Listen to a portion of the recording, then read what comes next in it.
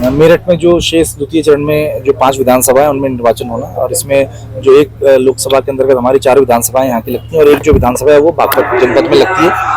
कल के मतदान के लिए हमारी जो पोलिंग पार्टी है वो सुरक्षा कर्मियों के साथ यहाँ से रवाना हो रही है, और इस पूरे चरण में हमारे 206 सेक्टर्स बनाए गए हैं, जिसमें कि सेक्टर पुलिस अधिकारी और उनके समकक्ष उनके जो सेक्टर मजिस्ट्रेट्स हैं वो तैनात रहेंगे। हर एक के अंतर्गत 4 या 5 मतदान केंद्र उनके क्षेत्राधिकार में आते हैं। इसके अलावा प्रत्येक थाना क्षेत्र पर क्लस्टर मोबाइल्स का भी गठन किया गया है, जहां पर कानून व्यवस्था की स्थिति को सुदृढ़ बनाने के लिए जगह जगह क्यूआरटी को भी डिप्लॉय किया गया, और इस पूरे मतदान को निष्पक्ष पारदर्शी तरीके से, शांतिपूर्ण तरीके से इसमें कराया जाएगा।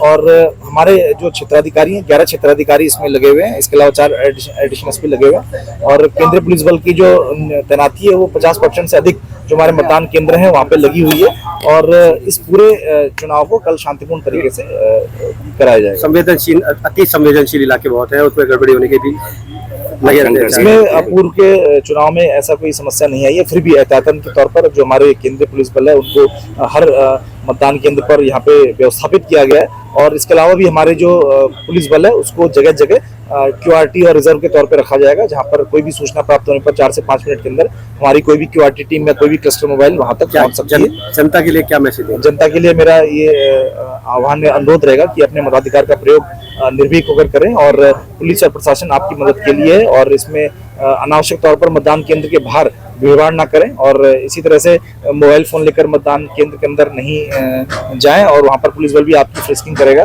साथ ही साथ इसमें भीड़ ना लगाएं, और जो 200 मीटर का जो परिधि है उस पर कोई भी वाहन लेकर उसके अंदर ना जाए। तो कितनी पैरामिलिट्री फोर्स लगाई गई है? हमारे जो इस चुनाव कराने के लिए 15,000 से अधिक पुलिसकर्मी यहाँ पे तैनात है, और 50% से अधिक जो मतदान केंद्र है वहाँ पर पुलिस बल जो है केंद्रीय पुलिस बल के रूप में लगा हुआ है। देखिए, हमारी 10 लोकसभा जो मेरठ है इसका कल मतदान है पूरी पार्लियामेंट्री कॉन्स्टिट्यूएंसी का। इसमें 2042 बूथ है हमारे, सभी बूथों पे सभी व्यवस्थाएं सुनिश्चित की गई हैं। इन 2042 बूथ में मोर देन 50% बूथ्स पर, आधे से ज्यादा बूथ्स पे हमने वेबकास्टिंग की सुविधा सुनिश्चित की है।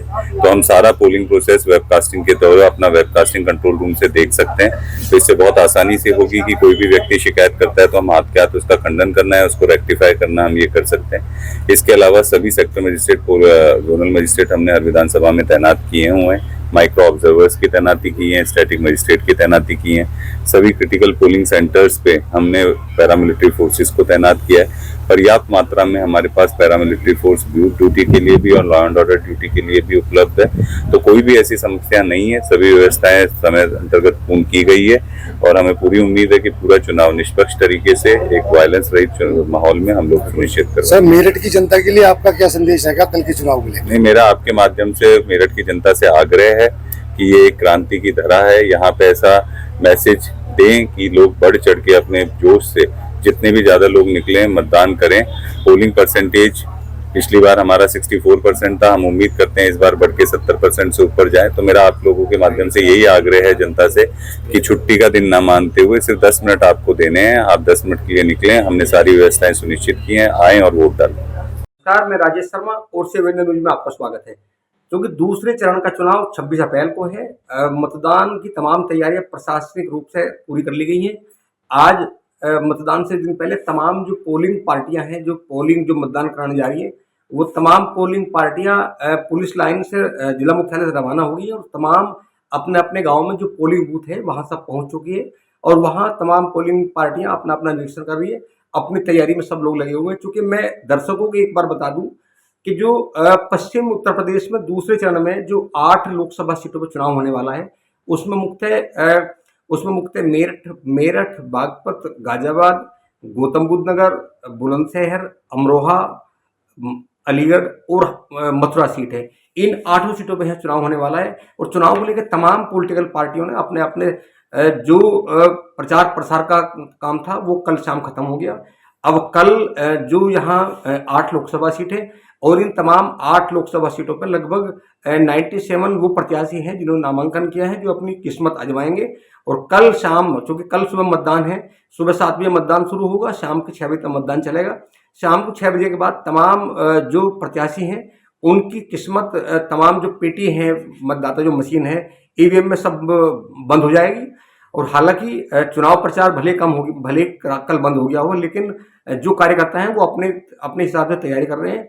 जहां तक मतदान को लेकर पुलिस सुरक्षा का मामला है, क्योंकि प्रशासनिक जो टीम है उसका ये प्रयास रहेगा कि किसी भी हालत में मतदान जो प्रतिशत है वो बढ़ना चाहिए। बकौल आईजी अगर मैं मेरठ मंडल की बात करूं तो गाजियाबाद, बागपत, ये 2 जिले ऐसे रखे गए हैं। इन 2 जिलों में बहुत सारे बूथों को अति संवेदनशील की सूची में डाला गया है और वहां जो लोकल पुलिस है उसके लिए मना कर दिया गया कि लोकल पुलिस किसी भी मतदान केंद्र पर नहीं जाएगी, अपना ड्यूटी लगेगी। ड्यूटी के लिए तमाम जो भारी गैर स्टेट का फोर्स है, जो सेंट्रल रिजर्व फोर्स है, उसकी वहां ड्यूटी होगी, वो सब तैनात होगी। और बहुत सारी जो इंटेलिजेंस है उसे लगा दिया गया है और इंटेलिजेंस से पूछा गया है कि ऐसे वो गांव या ऐसे बूथ के आसपास की वो जगह कॉलोनी बताओ, नगर पंचायत नगर पालिका में कॉलोनी, जहां लोगों को रोकने का प्रयास किया जा रहा हो, कोई ऐसी मीटिंग की जा रही हो। बागपत में कोई एक गांव की सूचना आईजी प्रशासनिक स्तर पर मिली थी, लेकिन वहां तमाम तैयारियां प्रशासन ने कर ली है। प्रशासनिक अफसरों का कहना है कि किसी कीमत में किसी भी व्यक्ति को, गरीब अमीर को वोट डालने से नहीं रोका जाएगा। अगर किसी ने वोट डालने से रोकने का प्रयास किया तो उसके खिलाफ तत्काल बड़ी कार्रवाई की जाएगी। प्रशासन का ये प्रशासन की जो तमाम टीम है वो लगी हुई है, उनका प्रयास है कि मतदान का प्रतिशत बढ़ना चाहिए। जब मतदान ज़्यादा से ज़्यादा परसेंटेज में बढ़ेगा तो उसके बेहतर परिणाम आने वाले हैं। और लगातार चूंकि सब इस समय जो टोटल पुलिस और प्रशासनिक टीम है वो तमाम पूरे क्षेत्र में निरीक्षण पर लगी हुई है, सब लोग दौरा कर रहे हैं और दूसरे चरण के चुनाव की घड़ी लगभग आ गई है। कल सुबह 7 बजे चुनाव शुरू हो जाएगा, शाम को 6 बजे तक रहेगा। ये कहा गया है कि जो वोटर मतदाता वोट डालने के लिए आए वो अपने साथ में कोई ऐसी प्रमाणित आईडी लेकर आए जिससे ये प्रमाणित हो सके कि ये वोटर वही है और ये जो वोटर लिस्ट में नाम है उसका मिलान चूंकि टीम को करना है। और ये चुनाव आयोग ने साफ कर दिया कि बिना आईडी के कोई वोट नहीं डालेगा और सबको आईडी लेके जानी भी चाहिए, क्योंकि अगर वोटर है तो एक आईडी साथ में, चूंकि सबके पास आधार कार्ड है, सबके पास राशन कार्ड है और इसके अलावा ड्राइविंग लाइसेंस है, जो ऐसी आईडी जो प्रमाणित करती हो कि आप यहीं के मूल निवासी हैं और आप वोटर हैं। तो तमाम जो मतदाता हैं वो अपने घर से जब वोट डालने के लिए चले तो एक आईडी साथ में जरूर लेके जाएं, ताकि फिर उन्हें परेशान ना होना पड़े, दोबारा वोट डालने के लिए आधार कार्ड लेने के लिए या कोई पहचान पत्र देने के लिए घर ना आना पड़े। तो तमाम लोग अपने अपने अपनी जो वोटर लिस्ट है, जो उसकी पर्ची है, उसके साथ में अपनी आईडी जरूर लेकर आए। आप लगातार देखते रहिए 7 डे न्यूज, हम आपको अपडेट देंगे कि चुनाव में कल का पूरा अपडेट देंगे 26 अप्रैल को कि किस किस स्टेट में जिन जिन सीटों पर लोकसभा चुनाव होने जा रहा है वहां कब तक कितने % मतदान होगा। तमाम जानकारी 7 डे न्यूज आपको देगा। नमस्कार।